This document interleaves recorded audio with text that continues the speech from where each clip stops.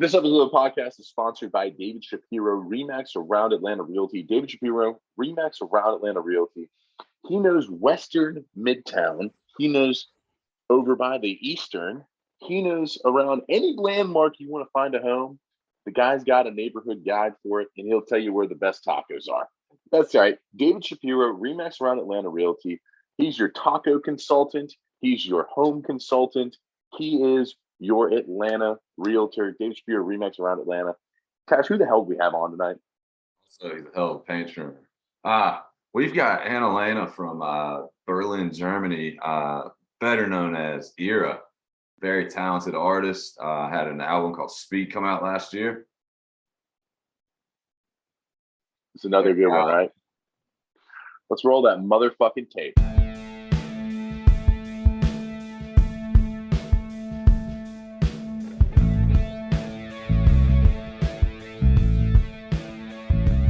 Welcome back to Indiebnb.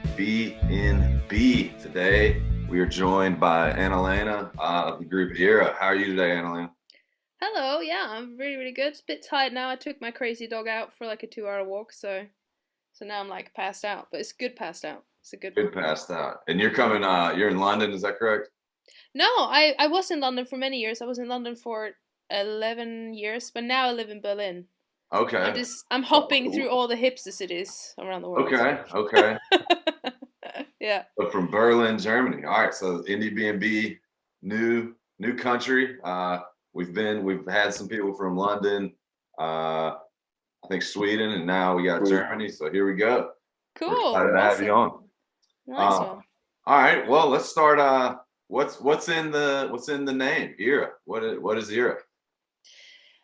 I wish I could tell you that it's based on like an ancient Norwegian god or something, but it's actually very boringly. It's just a name that I think sounds really nice.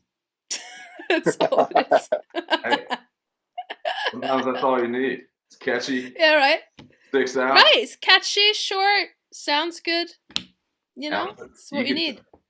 If you ever get drunk in a bar, you could probably convince some dumb Americans that it is named after some Norwegian god. I have done that sometimes, actually. Yeah. That you're just a direct descendant of, and it's just part of who you are. Exactly. Yeah. So when did EERA become a thing?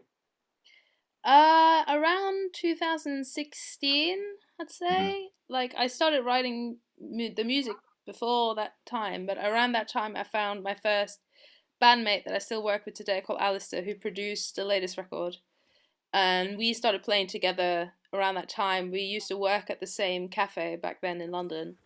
And then I had my playlist on, and I played Deerhoof on one of the songs.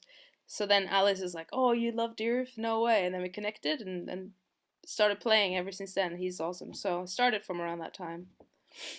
Were you playing, had you had any experience with any other bands or playing solo before that? Yeah, I played with another band called Pharaoh. She's a Norwegian artist. I sang and played with her. I played with Douglas Dare. He's like a piano player, singer-songwriter. And did like vocals and random things. And yeah, did a lot of stuff before EERA, definitely. Okay. So this isn't brand new for you, is what you're saying. Not my own, like for my own music, yeah, but not like in terms of being a performance artist, no. Okay. I've listened to your album Speak that came out last year, and one of the things I really noticed was how much depth and like intricacies and like almost like a landscape that gets put into the music. Like, what goes into your writing process that allows you to kind of have these different layers? It just seems like there's always some kind of movement going through the song, whether it's the big chorus or in a slower bridge. What goes into that to get that movement? Well, first of all, thank you for noticing it because for me, like, I love shoegaze music, and with shoegaze you get the layers that you don't hear the first time and you listen back and you hear it at that time. So it's a lot of influence by that. But for me, mainly, I start with quite simply with like either some drums or a synth line or whatever, and then I think a lot about texture, like how they feel. So if I have like a hard sound, I want to add something soft to it. If I have a soft sound, I want to add something more edgy to it. Like I really think how stuff feel almost in my hands. You know, some people kind of think of color. I want to touch the sounds, and then that sounds maybe a bit silly, but that's kind of how I decide what textures that needs to go in and out. And I always love to surprise the listeners. I'm always like, you know, I'd have a part and I was like, well, it'd be really cool to randomly put that in there. And then I try to, a lot of my processes, I write and then I kind of cut stuff in the project and move it around. So like, let's say I have like a verse, chorus, verse, midsection. I go, oh, what if I try and put the midsection a bit before, or if I try to put another verse further back, and I kind of move stuff around that way. It's based a lot on improvisation. Like I do a lot of improv. I play through the track I've done. I put on my microphone. I put on the amp, whatever, and I just play along through the track over and over again till something sticks. And that's mainly how I write all the parts in. Yeah. Okay, yeah, I mean, it's super cool. I just, as soon as I put on the album, you know, obviously Solid Ground is a great opening first track that just hits you right in the face. But I noticed the sort of the movement in the background, and then on the beat, that is such a trippy song. You know, what went into getting that sound on that song? Well, I have a beloved baritone guitar that I love, and I use that on a lot of songs. And that's what kind of creates the kind of low end, beefy heaviness behind a lot of the songs. And with the beat, I think I started off with the drum groove, I think.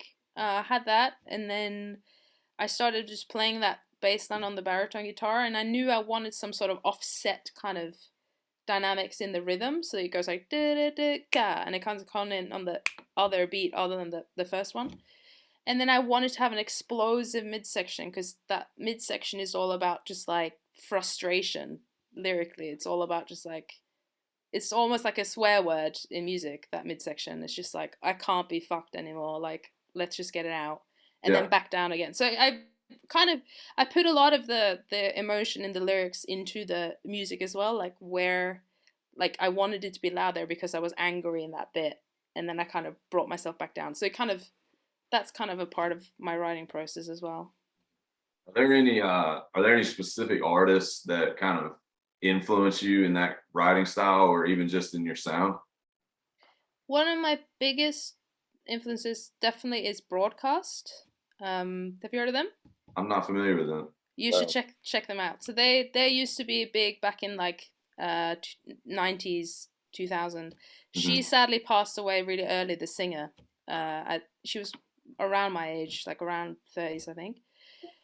And it's like kind of like psychedelic pop kind of vibe. I don't know if you're, it's another band called Stereolab. It's like similar vibe. It's a lot of like really amazing English, they're all English bands that I really enjoy.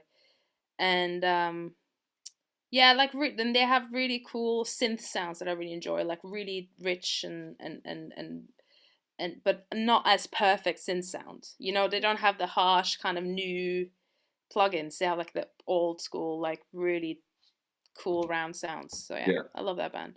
Okay. Yeah, and so we want to do our segment of the song Spotlight, and the first song that kind of introduces to your music is what I think is your best song, is Ladder. Thanks. And take us through that song, you know, from beginning to end. How did that come to be? I was just sitting, so in our first apartment here in Berlin, we had a little extra little back room where it was also our closet before we moved into our studio. So I had like a super simple setup there with just like a simple sound card and a laptop and whatever, not much stuff. And then I just started playing those guitar chords, which are very simple. They're all like just, simple shaped chords, nothing special. And then I remember playing through them, and I showed my boyfriend. I was like, "Is this just really cheesy, or is it cool?" Because this song can easily be just a bit too cheesy. But I tried to push myself to kind of work through that, because I thought, no, it's actually quite cool. Simple idea. And also when I listen to some of the bands that I love, like Pixies, for example, if you listen to all the Pixies songs, they're really simple. If you strip it all back, and you just listen to the chord progressions, it's not really much going on, but what makes it come to life are all the vocals, or all the textures, or everything else around it. So I wanted to keep the structure super simple, but instead just add surprises in terms of what layering I added. So basically, in my little cottage or closet, I added like the guitar and the melody line and stuff like that. And then I took it with me to my friend Robbie, who has a studio here in Berlin, and we were playing. I played it to him. We played around with it, and he helped me create all the really cool harmonies in like the chorus, I guess you can call it, which was really awesome. He's so good with stuff like that. So we just created those together, and then from there it kind of went his own way at the end. But the lyrics came out really quickly. I wanted it to be about me trying to tell someone else, like, hey, you're kind of ruining your life and you're not seeing it. That's kind of what the song is about. And yeah, kind of like a kick up this person's ass, basically. Yeah. So, It yeah. was one of those songs that was on some playlist I was listening to while I was working, and then it just, as soon as that, like you said, the chorus came on, it's such a switch with that, the deeper voice below it, saying pushing down the ladder. Whose idea was that to kind of to layer that vocal so low below your voice? That was my idea to do. I really love male vocals. I have a huge love for that, and especially when it's really deep and almost like choiry. Like, I love old man, like male choirs. It's one of my favorite sounds. Like, you have like sailormen choirs and stuff like that when they have like really old dudes barely standing singing together, and it sounds so beautiful. And that's like one of my favorite voices. So I always put a lot of male vocals on my songs. I love it. Yeah. Yeah, it created such an eerie vibe, and I was like, whoa, we got to back this song up over again. Make sure I'm not missing something. Well, good. Keep it on repeat, man. Just keep it on repeat. That's what I'm doing. The whole album is just great. And what did you set out to do anything differently from your first album, Reflection of Youth? Yeah, as I said before, like I listened to a lot of shoegaze, and I think my mindset was a bit different. And I think also I wanted it to have like more of a powerful message. That's why I chose the title as well, as being Speak, like really simple, straight to the point, no bullshit. Whilst I felt like the first one was a little bit more built inside of me. It was kind of like, not as open. I feel like this is a lot more open, and I wanted it to be like that. I also wanted it to be, I wanted to have more fun with it. I wanted to not be so like serious about everything. Make it a bit more light. And I feel the older I get, the quote unquote lighter I'm writing, in terms of like just, I remember when I was much younger, I was like, oh no, I can't use major chords. Like, that's going to be way too poppy. Like, honestly, that's like how I was thinking. And now I'm just like, no, major chords are fucking great. I want to do more of that, So, yeah. That's we're seeing a recurring theme here. I don't know if it was quarantine and COVID, but people are trying to make, that we've talked to, are trying to make more fun and happier music. I've been talking to you recently, so maybe there's some good coming out of all of this. Yeah, but I don't know what my concept of happy songs. I don't know if that most other people think is happy. Like, I finished a new song the other day, and I showed it to one of my best mates, and I was like, "Yeah, this is happy, right?" And he's just like, "Well," I'm just like, "Okay, in my ears, it sounds happy." That's all that matters. Yeah. But I've asked a lot of questions. Let's see what Grant's got for you over here. Yeah, well, we'll kick it over to kind of the videos, and then I'll ask you a few about live. But like, one of the things that you talked about was your layering and really getting a complex feel of your songs, and like, in between the Falling Ice song, between Falling and Ice, like it seems like it's just like literally like an epic landscape throughout the whole video. Like, take me through when you made that. Is like, did you take a drone and shoot those, or like what did that look like? You mean Falling Between the Eyes, the nature video? Yeah. That idea was because that song is about climate change. And it's about how much I love nature, how much I love the ocean, especially. And I really miss that living in big cities. Like, it's one of the things I always think I want to move to the country at some point. But that's actually, I sent a message up on Instagram and on my social media ask fans to send me footage that they have. So I said, whatever you are in the world, if you love nature, whatever footage you have of your phone, whatever, just send it to me. And then I got some of those crazy drone footage stuff, and I was like, whoa, this is crazy. Plus, like, some guy sent these amazing videos of those birds to me because he works at a conservatory for birds. So he had these like crazy cool images of that. So I just lucked out with fans being really cool. So yeah, that's all that was. That's awesome. Like a Yeah. crowdsourced video. You know, that's the things we don't know. We don't know. I thought you went out there with your own drone. You just crushing it. But No, it hey, wasn't I like me. it. I like No, it. I just want, because the message is all about loving nature and taking care of nature. So I thought it'd be cool to ask people to send me their version of their favorite Yeah. places in nature. Yeah. That's cool. That's a fresh idea that we haven't like, you know, we talked to a lot of artists and we're like, wow, I mean, like everyone's kind of like, yeah, we just kind of did it. And like that's like like I had a purpose and I went ahead and, you know, crowdsourced some awesome stuff for it. So that's really cool. You know, the other video stuck out to me. I Want to Dance. I mean, who's the drag queen in this video? And I mean, like, you could convince me that that was a lady, but it was No, no. very, very cool. It's that's actually my best friend in London, and he's been a drag queen now for some time. And that was around the first around the when he just started off. Like, he's embarrassed watching that video now. He's like, "Oh my god, my makeup is so off. It's terrible wig."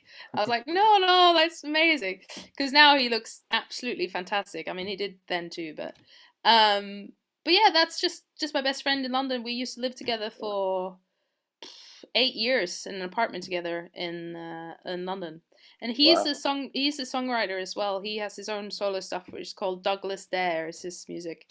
So I used to play in his band as well before. So it's just my best mate, and we've shot it at really early in the morning. I think it was 4 or 5 in the morning, like AM, because I wanted to have the sunrise and I wanted to have that light. And I remember I went at the time I worked full time at a cafe, and I texted my boss. I was like, "Oh shit, the music video is running late," and I had a really cool boss at the time. He's like, "Yeah, don't worry about it. It's fine. Just finish it." Because and then I ran straight to work after we finished it at like 7 in the morning or something. Then I ran to Oh my work. god. Yeah, it was funny.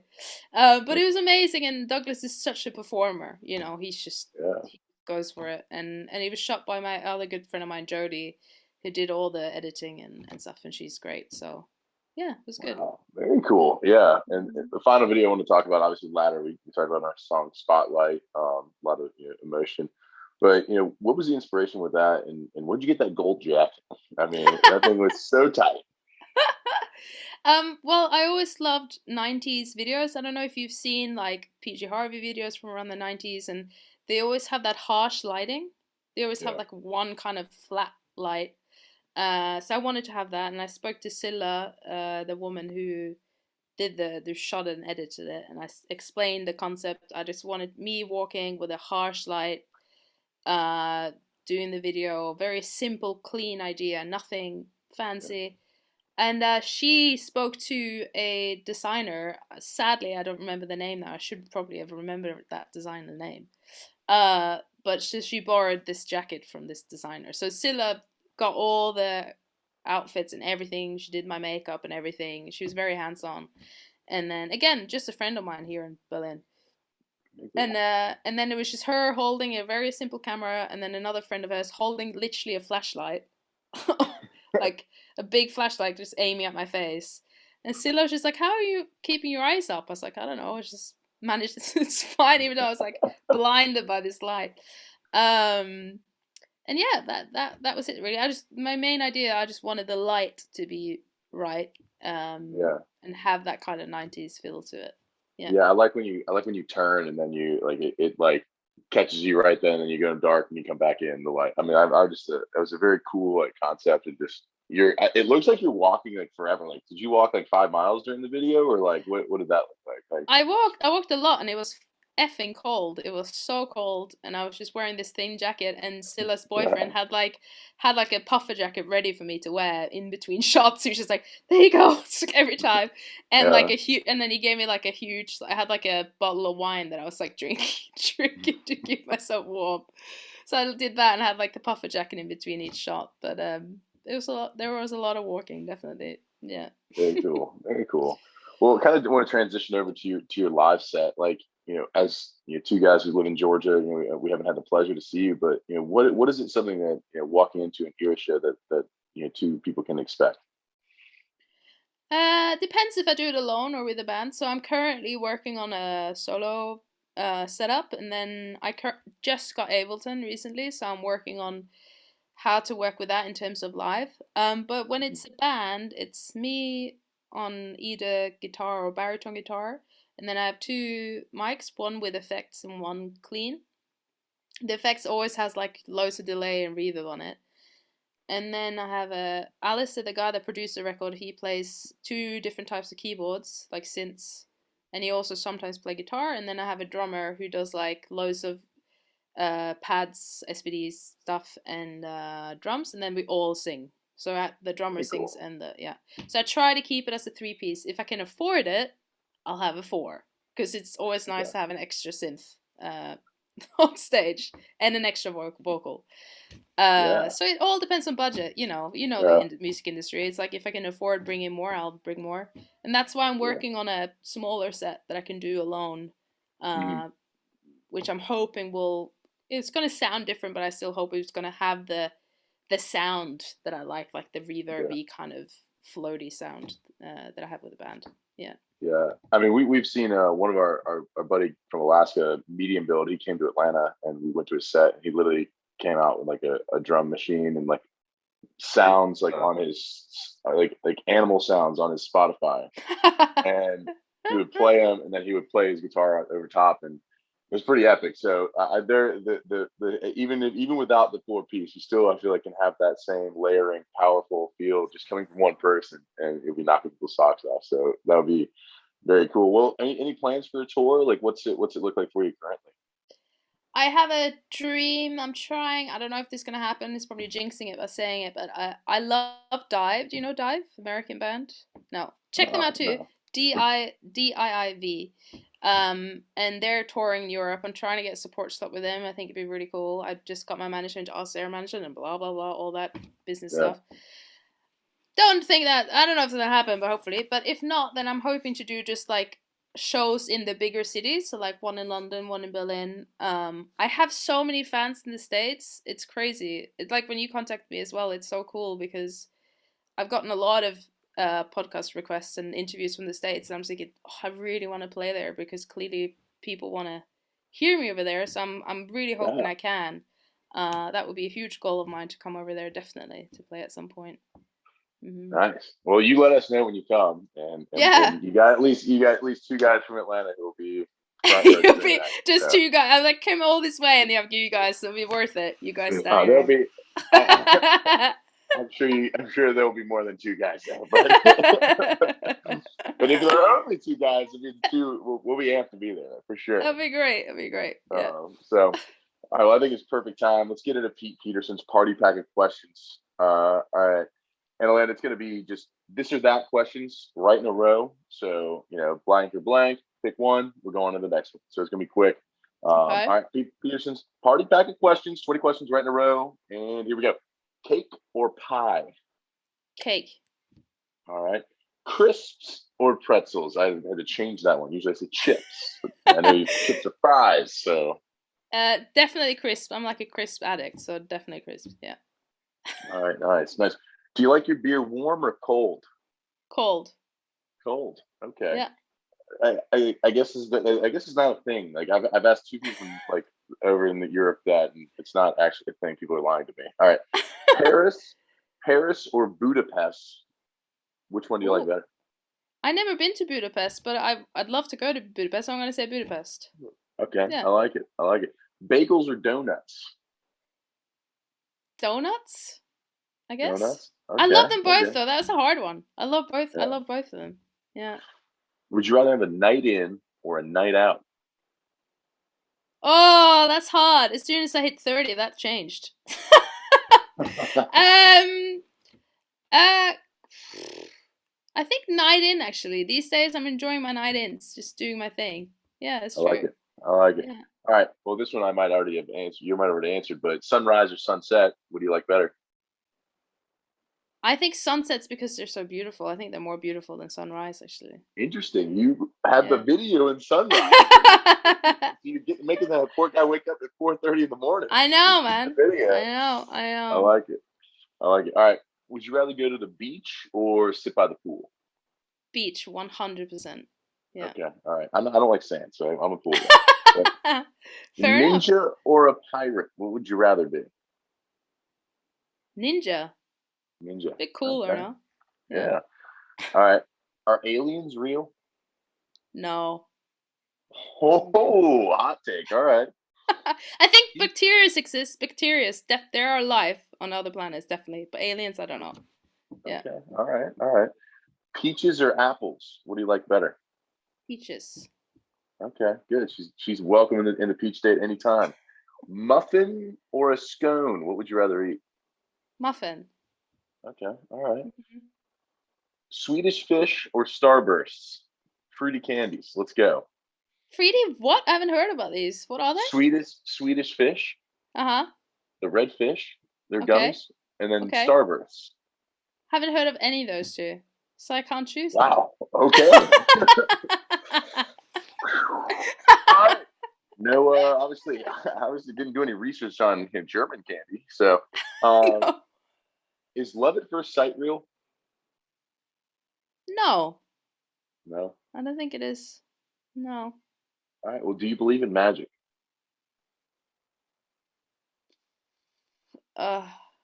No, I don't think I do.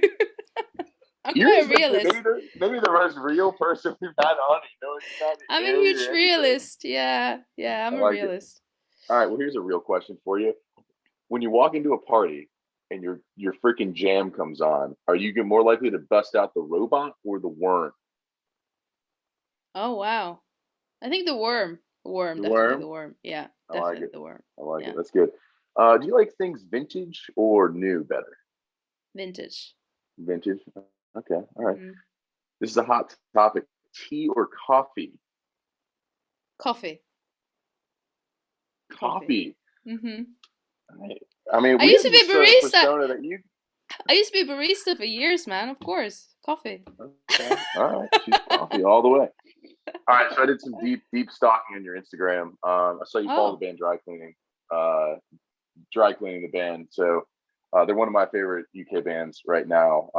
And so I got to ask you, what's your favorite dry cleaning song between Magic of Megan and Scratch Card Lanyard? Which one do you like better? Scratch Card Lanyard. Yeah. Okay. Very good. Very good. I like it. All right. And you already named a couple bands, but the last question always is, name two bands that we ought to check out that we might not know. Okay. Do you remember the two I already named you? Do you remember them? Stereo Lab. Yeah. And sub something. So I mentioned broadcast, right? Broadcast. That's right. Dive. I mentioned. Who else can I mention? It's always just like on the spot, isn't it? I love Aldous Harding. You heard of her? Aldous Harding. And who else? And Deerhoof. I mean, Deerhoof's one of my all-time favorite bands. Yeah. And also sorry to do a plug here, but on my Spotify page, I have a huge playlist with like hundreds of songs of my favorite songs. So you can hear tons of bands that I love there if you want to check it out.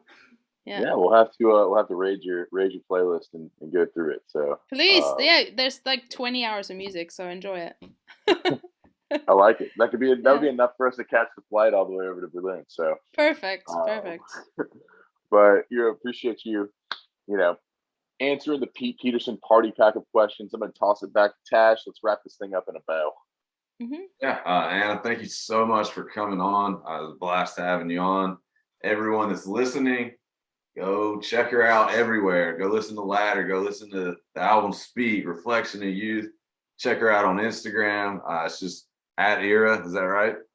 Yeah, it's just EERA Official on Instagram. Yeah. EERA Official. Go check her out and listen to her playlist. Listen to her stuff. Just check her out. She's got great music, and thank you. We've enjoyed having you on. Thank you so much. Thank you so much. Thanks for reaching out as well. Appreciate it. Thank you. Of course. All right. Take care. Thank you so much, and have a good day still. Thank you.